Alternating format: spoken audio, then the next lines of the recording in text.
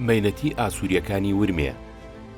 ئاسووریەکانی ورمێ چارەنووسی خۆیان بە هێزەکانی ڕووسیۆ گرێدا بوو، لەبەر ئەوە خۆشی و ناخۆشییان بند بوو بە سەرکەوتنی یا ژێرکەوتنی ئەوانەوە. لە ناو ئێرانەکانیشدا کەم نەبوون ئەوانەی بۆ بوونە کوتێکی دەستی سوپای ڕووسی و هاوکاریان ئەکردن و پاشەڕۆژی خۆیان بە دەسەڵاتی ئەوانەوە گرێدا بوو.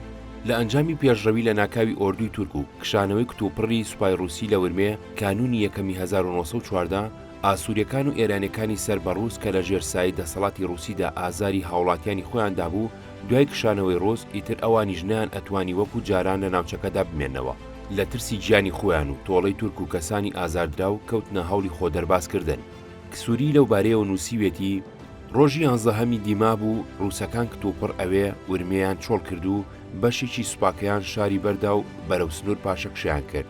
بۆ بەیانی 12 پاژماوەی سوپاکەیان چۆ دەرێ، بەڵام ئەم پاشەکشی ئەوان لەگەڵ ڕووداوێکی تر هاوکات بوو کە ئەویش کۆچی ئاشووری و ئەرمەنیەکان بوو، چونکە ئەوانە کە خۆیان بە ڕووسەکانەوە بەست بوو و بە پشتیوانی ئەوان لەگەڵ هاوڵاتەکانی خۆیان بەدڕەفتاریان کردبوو، لە چەمانجی دواییدا دەستیان کردبوو بە خوێنڕێژی و تاڵان لەم دەمەدا لە گیانی خۆیان ئەترسان و جێیمانەوەیان نەئەدی. ئەوە بوو هەرکە لە ڕۆیشتنی ناکاوی ڕووسەکان ئاگادار بوون بە توندی شڵەژان و لەگەڵ ئەوەی زستان بوو زۆریان جگە لە هاوڕێتی ڕووس و کۆچکردن لە ئێران هیچ چارێکی تریان بەدی نەکرد. ئەوە بوو بە پرتاو بەخۆ کەوتن و ژیانی خۆیان تێکدا و ئەوی توانیان بیبەن هەڵیان گرت و ئەوی نەیان توانی بە جیان هێشت. نزیکەی 10,000 کەسیان لە پیا و ژن و مناڵ لە خودی شار و ئاوایەکانی دەرەوەی بەڕێکەوتن، لەبەر ئەوەی زۆریان عەرەبانە و چوارپیان نەبوو سواری بن، بە پێ بەسەر بەفر و بەناو قوڕدا ئەڕۆیشتن، هەندێک جار خواردنیشان دەست نەئەکەوت. لە ڕێگا ژنان و مناڵان زەرەرێکی زۆریان بینی، زۆریان نەیان توانی و لە پێکەوتن، چوارپیەکی زۆر لە ناوقوڕ و چڵپاودا فەوتان. کەسانێکی 1000 ساڵ لە وڵاتێکدا ئاسوودە ژیابوون و لەگەڵ هەموو جیاوازیەکی دینیدا هەموو جۆرە دڵنەرمیەکیان لە خەڵک دیبوو چیوای لێکردن مەگنەناسی بکەن و هەر کە پێی بێگانەیە گەیشتە وڵات بدەنە پاڵیان و لەگەڵ هاوڵاتیەکانی خۆیان خراپە بکەن و مەدڵخوازی بێگانەکان دەست بدەنە تفەنگ خوێنی خەڵکی بڕێژن. ئەبێ سزای قورسی ئەو جۆرە کەسانە بدرێ و ئەوەی ئەیاندی و ئەیان چێش کەم بووە، ئەوەی ئازاری دڵی ئێمەی ئەدا حاڵی ژنەکان و مناڵەکان بوو کە هیچ گوناهێکیان نەبوو. وەکو وتمان پاشەکشەی ڕووس تووپڕ بوو، بۆیە هەموو مەسیحەکان پیان نەزانی، ئەگەر پێشیان زانی بێت دەرفەتی ڕۆیشتنیان نەبوو. لە 45,000 کەس کەم و زۆر کە ژماری ئەوانە بوو لەو دەوروبەرانە، تەنیا 10,000 کەس یا کەمتر توانیان لەگەڵ ڕووس بڕۆن. ئەوانی تریان کەما بوونەوە هەرکە لە چۆنایەتێکە ئاگادار بوون و لەو لاشەوە هاتنی کورد و تورکیان ئەبیست لە گوندەکان خانۆکانی خۆیان بەجێهێشت، لەگەڵ ئەوەی ئەیانتوانی لەگەڵ خۆیان بیهێنن لەگاو مەڕ و کەلوپەل و خواردن ڕویان ئەکردە شار و ئەچوونە باخی نەخۆشخانەی ئەمریکایی یا پەنایان ئەبردە بەر سەرای میسیۆنی فەڕەنسی. تەنیا دوو گوندی کوکتەپە و گوڵپاشین چۆڵ نەبوو کە داستانی ئەوانیش ئەبینین. ئێرانەکان لەو هەلومەرجەشدا لە یارمەتی و دڵنەرمی نەوەسان، ژمارەیەکی زۆریان چ ئەوانەی شار و چ ئەوانەی گوندەکان بردە ماڵەکانی خۆیان. لە سەڵماسیش لەگەڵ ئەرمەنەکان هەمان ڕەفتاریان کرد و ئێمەش زۆری زانیاریەکانی خۆمان لە نووسینەکانی مەسیحەکانەوە وەرەگرین، ئەمەیان خۆیان نووسیویانە. هەرکە ڕۆیشتنی ڕووسەکان زانرا سوپای عوسمانی کە لەو نزیکانە بوو ڕووی کردە ورمێ. لە پێش ئەوانەوە کوردەکان بە ژمارەیەکی زۆر لە چیاکانەوە دابەزین، تاقمێکیان لە گوندەکاندا بڵاو بوونەوە، کەوتنە تاڵان و ڕاوڕوود، دەستێکی زۆریشان ڕویان کردە شار. دوو ڕۆژ بوو ڕووسەکان ڕۆیشت بوون کە ئەوان گەیشتنە ورمێ. لەبەرەوەی احتیمادت دەولەی حکومڕانی ئەوێ لە هاودەستەکانی سەمەدخان بوو، لە زمانی حکومڕانی خۆیدا بە ئارەزووی ڕووسەکان ڕەفتاری کردبوو، خوێنی بێگوناهانی ڕشت بوو لەم کاتەدا لەگەڵ ڕووسەکان ڕۆیشت بوو. کەسێ نەبوو ئاگاداری شار و بەرگیری لە کوردەکان بکە، بێ ئەوەی هیچ شەڕێ ڕووبدا هاتنە ناو شارەوە. دەستیان کرد بە تاڵان، دوو شەو دوو ڕۆژ خەریکی تاڵانی بازار و ئاژاوە بوون. بە دوی ئەواندا ڕەشید بەگ فەرماندەی عوسمانی بە سوپاکەیەوە گەیشت و بەری تاڵان و ئاژاوەی گرت و چەند کوردێکی بە گولە کوشت. ئەو چەند ڕۆژەی ڕەشید بەگ لە شار بوو، ئارامی و خەڵکی چ مەسیحی و چ موسڵمان ئاسوودە بوون. بەڵام لەبەر ئەوەی ڕووسەکان بەر لە پاشەکشەیان خویان گرتە بوو لەوێ هێزیانە بوو، ڕەشید بەگ بە هێزەکانی خۆیەوە چوە سەریان. لە سەڵماز لەشکرێکی ڕێخست. کاروباری شار کەوتە دەست نووری بەگ و ڕاغب بەگ کە دوو کەس لەسەرکردە بەدڕەفتارەکانی عوسمانی بوون. ئەوانە کەوتنە ستەمکردن و ئازارێکی بێ ئەندازەی مەسیحەکانیاندا. ئەرشەد هومایۆن تا ئەیتوانی مشوری خەڵکیە خوار، مەسیحەکان زۆری لێ ڕازی بوون. بەڵام لە ڕاغب بەگ و لە مەجلس سەڵتەنا کە دابیە پاڵ عوسمانەکان و دەستەیەک لە موجاهیدانی لە خۆی خڕ کردبووەوە، لە قۆچ عەلیخان و ئەوانی تر زۆر بەگلەیی بوون و هەندێ داستانیان نووسیوە کە بە ئاسانی ناتوانرێ باوەڕی پێ بکرێ. ئێمە نازانین ئەم داستانانە تا چ ئەندازەیەک ڕاستن، بەڵام لەبەر بێلایانی ئەیان جێڕینەوە. ئەنووسن لە کوکتەپا 2000 کەس لە ئاسووریانی ئەم گوند و ئەو گۆند کۆبوو بوونەوە. ژنەکان و مناڵەکان پەنایان بردووە بەر کڵێسەکە و پیاوەکانیشیان بە تفەنگەوە لە سەربانەکان پاسەوانیانە کرد. کوردەکان دەوری ئەوەیان گرت و بوو بە پێکادان. لەبەر ئەوەی کوردەکان زۆر بوون، مەسیحیەکان مردنیان لەبەر چاو بوو. نائومێدانە تێکۆشان. بەڵام لەم کاتەدا دکتۆر پاکاردی ئەمریکایی کە لەگەڵ 2-3 کەس لە شار دەرچوو بوون بە مەسەلەکەی زانی، لە گیانی خۆی نەترسا و بەرەو ئەوێ چوو. لە سای ئەو ئاشنایەتی و دۆستایەتیەوە کە لەگەڵ هەندێ لە سەرانی کوردی هەیبوو، توانی ڕێ لە شەڕ بگرێ و چوە ناو گوندەکەوە. مەسیحیەکانی بینی و وای لێکردن دەست لە شەڕ هەڵبگرن و تفەنگ و گولەکانیان دابنێن و لە ئاوایەکە دەربێن. هەمویانی لەگەڵ خۆی هێنا بۆ شار و گیانی 2000 کەسی کڕیەوە. ئەم داستانە لە ڕۆژە سەختەکانی هاتنی کوردەکاندا بوو. 3 ئەوەندە ڕۆژ پاش ئەوە لە ناو خودی شاردا داستانێکی تر ڕوویدا کە 6 کەس لە پیاوە ناسراوەکانی ئاسووریان لە سەرای میسیۆنی فەڕەنسی ڕاکێشا بۆ دەرەوە و گرتبوو. ڕۆژی دووەمی ئەسفان 22 شوبات بە شەو هەمویان بردنە دەرەوەی شار و گولەبارانیان کردن. تەنیا یەکێکیان لە مردن ڕزگاری بوو، بە برینداری خۆی گەیاندە مەسیحیەکان و چۆنایەتەکەی بۆ جێڕانەوە. 2 ڕۆژ دوای ئەوەش داستانی گڵپاشین ڕوویدا. ئەو گوندە کە ئاوایەکی ئاسووری نشینی گەورە بوو، کاتێ تورگەیشتە ورمێ ئاسووریەکان نوێنەری خۆیان ناردەلایەن و زینهاریان وەرگرت. لەگەڵ خۆیان چەند کەسێکیان لێبردنە ناو دێ. بەم جۆرە بە ئاسوودەیی ئەژیان تا شەوێکیان قوچ عەلیخان بە دەستەیەک مجاهیدەوە گەیشتە ئەوێ، بە ناوی میوانیەوە لە ماڵەکان دابەزین. دوای خواردن و خواردنەوە داوای 15,000 تومان پارەیان لە دەوڵەمەندەکانیان کردبوو. لەبەر ئەوەی ئەوان نەیانتوانی ئەو چەردە پارێ کۆبکەنەوە، 45 کەسیان لێگرتن و شەوانە بردیان نەدەرێ و گولەبارانیان کردن. لەوانی چەند کەسی ڕزگار بوون و چۆنایەتەکەیان ڕاگەیان. لەم ڕۆژانەدا 20,000 کەس لەم هەڵاتوانە خۆیان هاویشتووە ناو سەرای نەخۆشخانەی ئەمریکاییەوە. بەهۆی تەنجی شوێنەکەیان و کەمی خواردەمەنیەوە نەخۆشی تیفۆئید و تیفوسیان لە ناودا بڵاو بووەوە. ئەم دەردا لە ناو شاریش تەنیەوە. وەکو ئەڵێن تەنیا لە مەسیحیەکان 5,000 کەس مردووە. دیارە لە خەڵکی شار و دەوروبەریشی زۆر مردوون. نیکیتین کۆنسۆلی ڕۆز دە ورمێ لە گێڕانەوەی ئەم ڕووداوەدا ئەنووسێ راپۆرتی میسیۆنێرەکان و ئەوەی بەچای خۆم دیومە ڕێگەمەدەن تابلۆیەکی بچووکی زستانی 15,914 لە ورمێ بکێشم. دیارە ڕوونکردنەوەی درێژی پێویستی بە لێکۆڵینەوەیکی جیاوازەیە. من تەنیا بە کورتەیەکی ئەوەدا ئەکەوم کە لە کاتی ڕۆیشتنی سوپای رووسی لە ورمێ لە ساڵی 1914دا کە بە دوای ئەویشدا کۆنسۆڵ و میسیۆنی ئۆرتۆدۆکس ڕۆیشتن، مەسیحیەکانی ناوچەکە وەکو شێت بەرەو سنووری قافقاز هەڵاتن. سەختی ئەم کۆچە لە مانجی کانونی یەکەمدا لە هەوای ساردی گەورە بەرزەکان و بە ڕێگەباریکە دژوارەکان کە پڕبوون لە قشون و گاری و دروشکە و مێگەل و گاڕان وەکو پێویست ناتوانرێ بێنرێتە بەرچاو. ڕێخستنی ئاماری قوربانیەکانی ئەم ڕووداوانە ناکرێت. کەسانێکی توانیان هەڵێن خۆشبەختتر بوون لەوانەی بەهۆی نەبوونی هۆی گوێزانەوە لە ئاوایە دوورەکاندا بەجێمابوون. ئەم بەدبەختانە کاتێک کوردەکان هاتنە ناوچەکە و دەستیان کرد بە کوشتن و تاڵان، ڕویان کردە شاری ورمێ، پەنایان بردە بەر میسیۆنەکانی کاتۆلیکی و ئەمریکایی. میسیۆنەکانیش نیان ئەتوانی چەند هەزار کەس پەنا بدەن. بەهۆی زۆری ترس و برسێتی و ماندوێتی و نەبوونی کاری تەندروستیەوە ژیانیان زۆر خراپ بوو.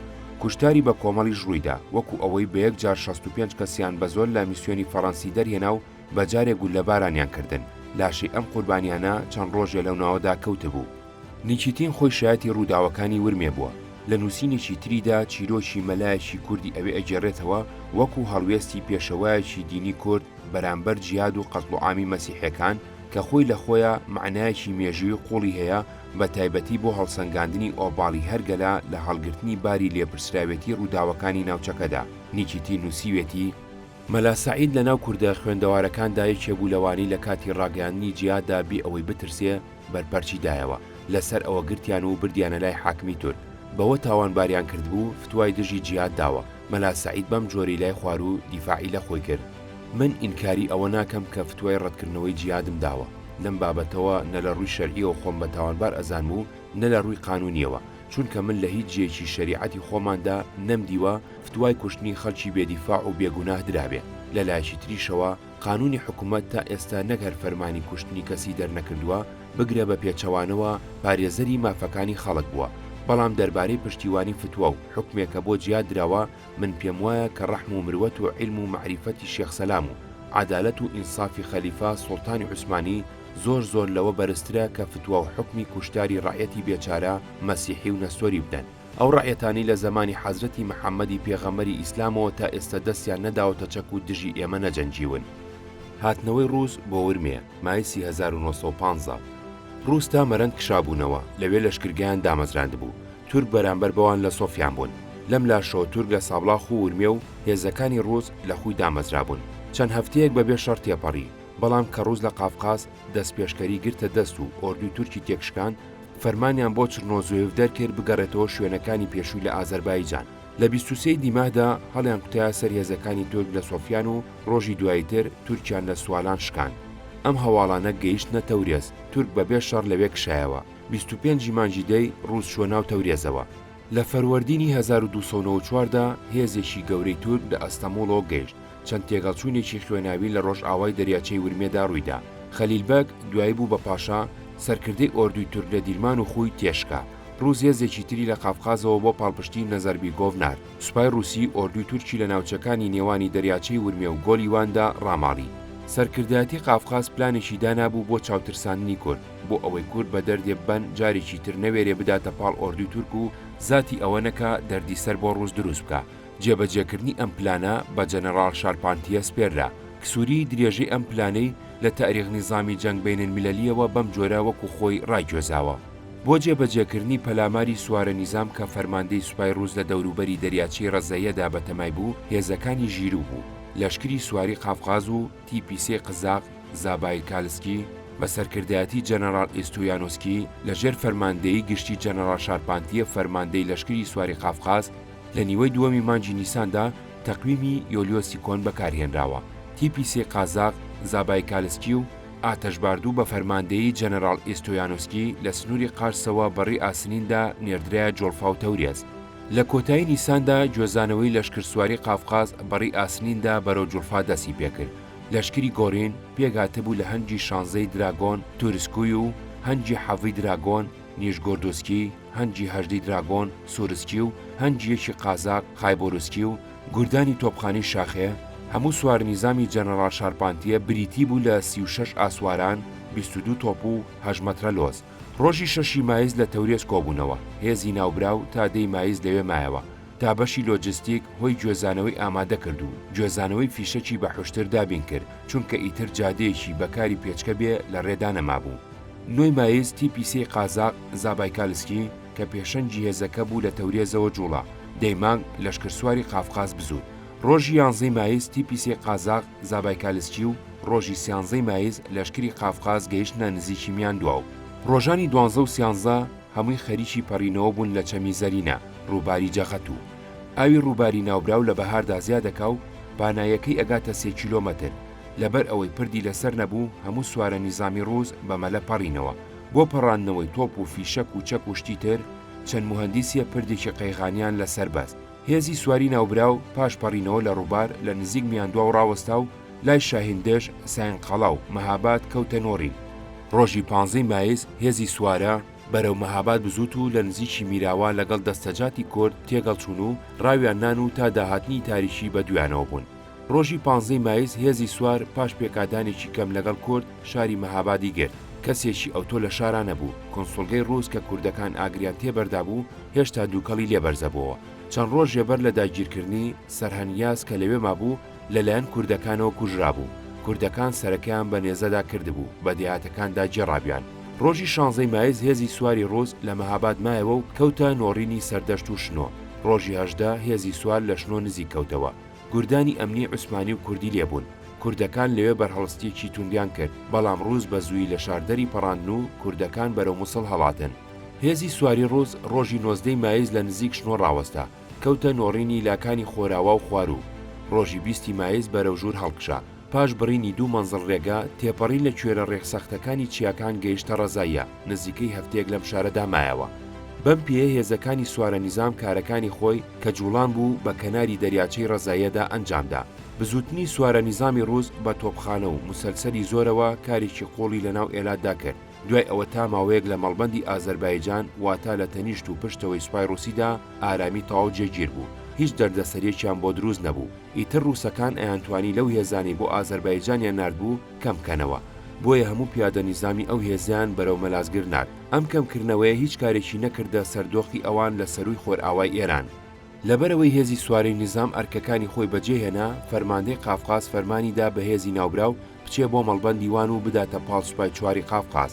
پەلامارەکەی سوارەی نیزام ئەگەرچی 800 ڤێرس ڤێرست ئەندازەیەکی رووسیا بۆ پێوانی ڕێ نزیکەی 1000 مەترە.